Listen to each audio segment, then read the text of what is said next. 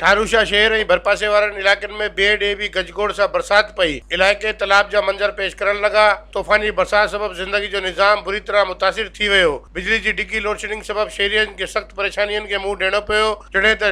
जॾहिं त ठारूशा शहर ऐं भरपासे वारनि इलाइक़नि में गजगोड़ सां बरसाति शुरू थी वई। आचर जी सुबुह खां शुरू थींदड़ बरसाति वक़फ़े सां राति देर ताईं जारी रही। अस्पताल रोड, बाज़ार चौक, भिरिया स्टॉप, मिठियाणी रोड, शाही बाज़ार, हरिपुर रोड समेत ॿियनि इलाइक़नि में बरसाति जो पाणी जमा थी वियो, जंहिं सबबि गाॾियुनि जी अच वञ मुअतल थी वई। कुझु हंधनि ते बरसाती पाणी में केतिरियूं गाॾियूं बीहजी वयूं। तूफ़ानी बरसाति सबबि सेप्को जो निज़ाम सख़्तु मुतासिर थियो। ठारूशा समेत ॿियनि इलाइक़नि में बिजली जी फराहमी मुअतल थी वई, जेका 24 कलाकनि खां पोइ बि बहाल न थी सघी आहे। रेशम घटी में पाणी जमा थियण सबबि कारोबारी सरगर्मियूं सख़्तु मुतासिर थी रहियूं आहिनि, जॾहिं त शहरियुनि जो वॾो अंग सेप्को ऑफिसरनि ऐं अमलदारनि सां राब्तो करे बिजली जी फराहमी बाबति ॼाण हासिल कंदा रहिया। मज़ीद ख़बरनि ऐं तफ़सीलात लाइ विज़िट कयो असांजी वेबसाइट www.awamiNewsHD.com ऐं ॾिसंदा रहो अवामी न्यूज़ HD।